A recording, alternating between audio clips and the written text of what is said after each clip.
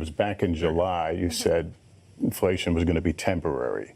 I think a lot of Americans are wondering what your definition of temporary is.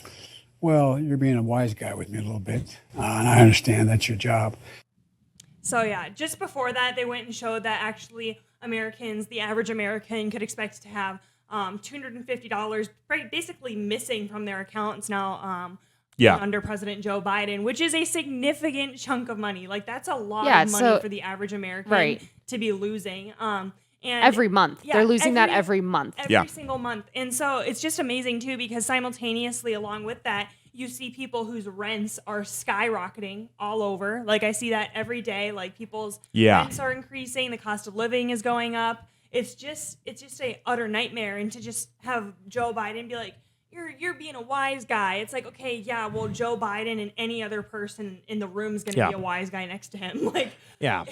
And his reasoning is like, oh, well, inflation's not really my fault. You know, there's supply chain issues. You know, certain products aren't being made, and then that clogs up kind of the whole economy. And then, you know, prices get higher, and we just need to print off more money. And Abby, doesn't work. Does it work like that? Because I'm not sure. No, it doesn't work. I am here to give you a very quick one-sentence Econ 101.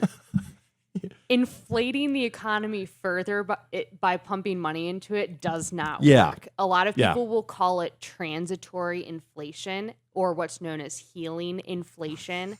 It's not a thing. It's a made-up concept to try to justify when you're paying extra money at the gas pump and at the grocery store and for your renting costs. It does not help things. And like, I know a lot of our viewers, a lot of our readers, and pretty much everybody on the left thought that it was just an amazing idea to give out those stimulus checks multiple times throughout the pandemic. And look, I understand where you're coming from. The government, you could feel like the government owed you something because they took a lot away.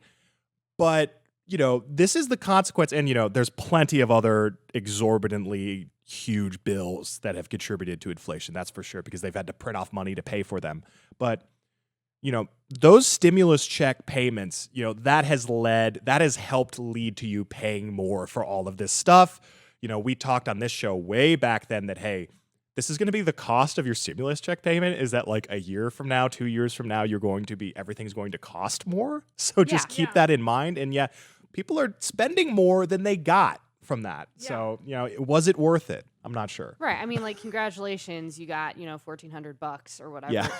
I'm sorry, but you blew through that a long time ago. Yes. Yeah, that's gone. It's gone. It was pretty much gone as soon as you got it. The stimulus, you know, anytime you get the government to give you a bunch of something, they are printing off money, and they're essentially stealing from you. They're stealing the value of the dollar, and then they're making everything cost more. Right. And it's just people just don't get that. They're taxing you without taxing you. That's what they're doing. Exactly. That's what they've always done. It's not just Biden, and it's not just Democrats, to be honest. No, they always do this. They steal from you constantly by just getting these giant bills, and we'll just print off money to pay for them, and then they benefit, and all of us have to pay for it. Yeah, and people will try and advocate and say, "Oh, you never can see any real world consequences," and that's kind of what I think a lot of people have come to view, like, just debt in general with the $1 trillion debts and things like that. A lot of times you see that the same thing with like student loans. Like when people are taking out student loans, they're like,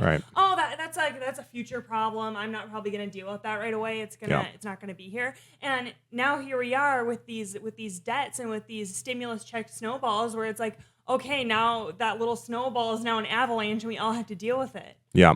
Right. Yeah. And it's such flawed thinking, and I don't know why, but the average American just like does not seem to understand that when the government is spending money, it's not some like private government money fund. Yeah. The government is fueled off of taxpayer dollars. So every single time they spend money on anything, it does eventually go back to, it's traced back to the individual.